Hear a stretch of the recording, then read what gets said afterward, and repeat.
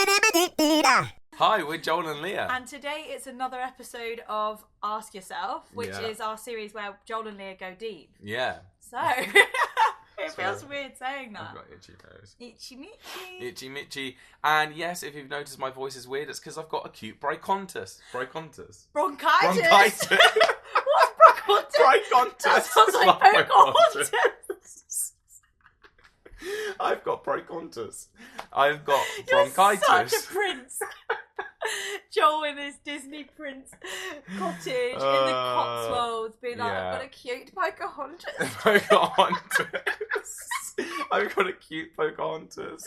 That's so Anyway, sweet. I've got acute bronchitis, so that's that. Yeah, when you go to the doctors next week, please say it wrong. Yeah, I will. That would be amazing. I've diagnosed myself with Pocahontas. And then just do a little cough. For anyone who saw the last episode of this, we finish every episode with the first question from this episode. Yeah. So, Which was... do you prefer being around men or women? Do your closest friends tend to be men or women? So it's that all in one go. Interesting, yeah. Interesting. Well, what do you think? I prefer being around men, I think. Really? I have a few female friends and I treasure them. Like when I find a female that just we get on with each other really well, find each other really funny. It's just like winner, winner, chicken dinner. But I just don't really have many. No. I've got female cousins and family members that I love being around. But in general, I'd say most of my friends are men. Yeah. It's interesting. I think it could be our generation as well, because most of my close friends are girls. And again, like when you meet a guy, someone of the same sex as you, that you get along with so well, it's like amazing, and you can't replace those relationships. Yeah. But there's something about being around women, I just find it more relaxing. Like if you put me in a room with loads of women, I'll be like, they're all gonna love me within like 5 minutes. They're gonna love me. Whereas if you put me in a room full of men for 5 minutes, I'm like, they're all gonna hate me. They're literally all gonna hate me. And I think that because that's an ingrained thing in your mind, you now believe that is what's true moving forward. I kind of have left in the same for me as well. I'm like, me and women, like I just don't have many female friends, and that's why I don't have many more female friends, because I've said it to myself exactly. so It becomes many times. a self-fulfilling prophecy all the time.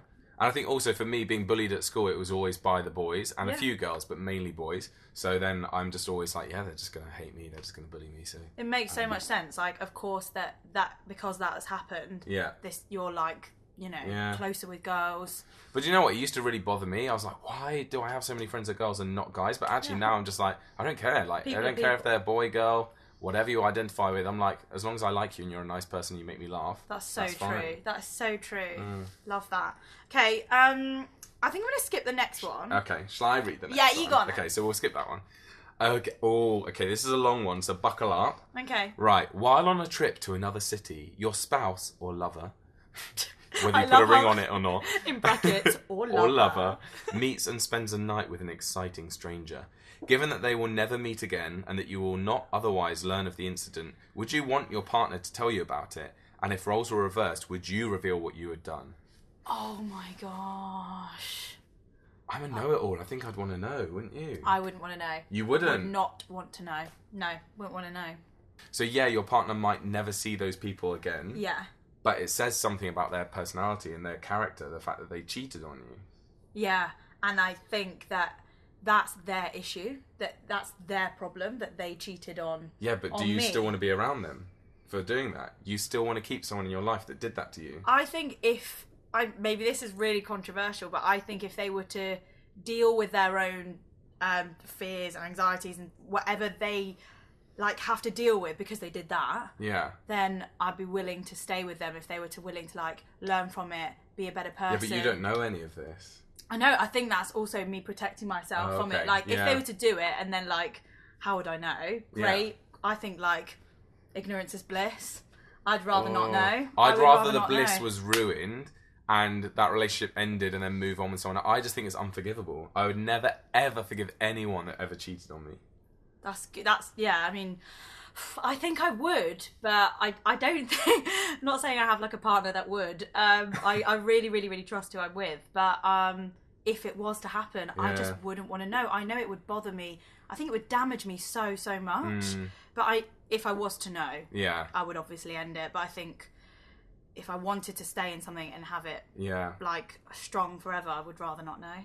How funny that it is funny. I just would rather not know. But I would want that person to go and deal with their Do you know what I mean? I look after my half, you look after your half. Together we're great, but you've done something and you've messed up. Yeah. I'd rather not know. Wow, interesting. Yeah. Would you tell if you'd done it? Would you tell, or would you keep it secret? Yeah, I would tell, because I think if it was my beef, I'd have to end that relationship. See, I think we're completely different, because now I think I'd probably keep it a secret. After what I said, like, I never forgive anyone, I'd be like, I'd just keep it secret. If I'm never going to see them ever again, and I'm like, I don't want to ruin what I've got, I probably would just be like, I'm not going to say anything. Which is really hypocritical. You know, it's true, though, because I see where you're coming from, because what good will it do to that person to know? Yeah, exactly. Like, what good would I do to my partner to inflict this information on them that's going to probably ruin their life? I know. If they were that into me. I don't know. Yeah. It's so tough. What do you really guys think? Let us know if I'm nuts with Joel. And if you're enjoying this video, don't forget to subscribe. If you're new here, we post videos thrice weekly. And hit that like button. It really helps us out. Okay. Are there people you envy enough to want to trade lives with them? Who are they? Are there people you envy enough to want to trade lives with them? There are definitely people I envy and like I'm jealous of what they've got in their life, and but I'd never want to trade lives, because I'd want to be me in their position. I wouldn't ever want to just be them. Yeah, I agree. Yeah. There's only one Joel Wood, and that's you. Yeah, and there's only one Lia Hatzakis, and that's you. There's only one person with these fingerprints, and that's me. And that's me. Yeah, I also like. I think a lot of envy or jealousy comes from like other people's achievements or other people stuff that they've like smashed it. But surely so much of that is from experiencing it yourself. Do you know what I mean? Like so much like that you gain from that. You've worked from it rather than just being given it. Imagine just swapping lives and being like, oh, this is amazing. Like I fly, I'm in a private jet. Like, no, exactly. It's not going to be fun, is it? Right, next one. Okay. Sorry, this is really funny. What is it? Okay. For an all expense paid 1 week vacation anywhere in the world, would you be willing to kill a beautiful butterfly by pulling off its wings? What about stepping on a cockroach? Absolutely. 100%. Of course. I'm sorry, butterfly and cockroach, but yeah. That is hilarious. Isn't that funny? I mean, obviously, like, when you get the butterfly in your hand, you're going to be like, oh, it's so pretty. Like, I don't really want to pull its wings off. Then I'd be all expenses holiday. All expenses. Also, I've already done that. I know I'm a horrible human being. Loads of you are probably going to unsubscribe because I'm admitting to this, but when I was a child, I used to love catching those flying daddy long legs. You know, the ones that are flying spiders almost. I don't know if you call them the same thing. And I used to catch them, pull off their wings, pull off each leg, and just leave them as a wriggling body. Awful. Isn't that awful? I can't believe you were one of those kids. Only the bullies in my school did that. And you weren't the bully. I'd never hurt any animals, but insects, I was just like, you deserve to die. Apart from woodlice. I love woodlice. That's so bizarre. Isn't it weird? It's like, so horrible. Don't like you. You're a spider. You deserve no legs. Oh, I hate spiders. Okay, would you be willing to murder an innocent person if it would end hunger in the world? The classic, like... Which is never going to happen, why are we discussing it? I don't think I would. I'd feel really guilty. You can't imagine. Imagine the guilt you live with. Murdering an innocent person. Would ending all the hunger in the world sort of like wash away that guilt? No. Of killing that person? No, I don't think it would. I wouldn't do that for the greater good. No. I'd just be like, let's just leave it as it is. We're getting through loads of questions today. Okay, yeah, we're whizzing through some of them. So the next question is, what was your most enjoyable dream and what is your worst nightmare? So literally what you dream and nightmare about. What is the best and worst?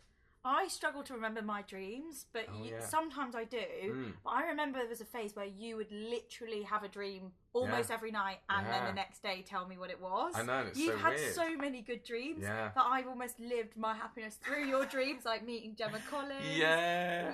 I'll wake up and be like, Lia, I've just dreamt. Blah, blah, blah. Yeah.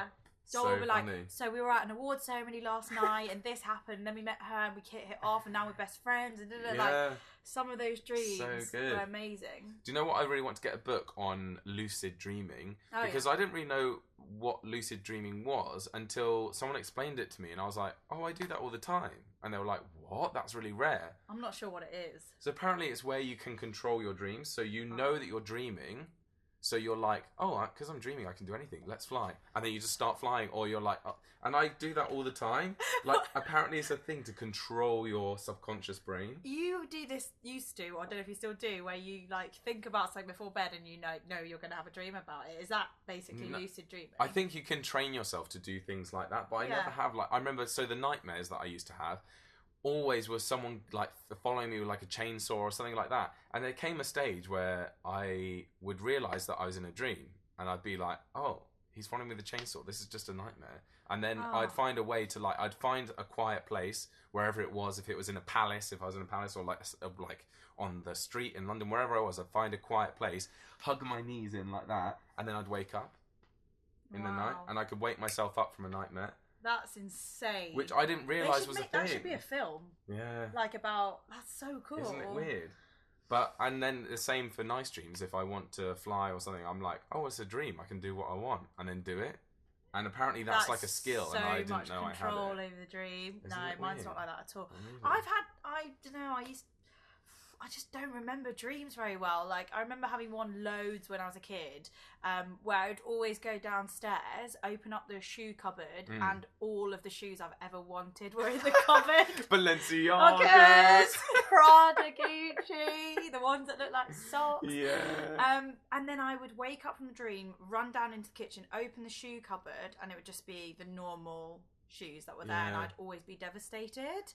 And I'd open it and be like, Mom, like, so annoying. Like, I really wanted all these shoes I just dreamt about. Isn't that funny? Because I remember the first time I had that as well, where I dreamt that I had loads of sweets, and I woke up in the morning and they weren't there, and I got really upset, and that's when I realised that dreams weren't real.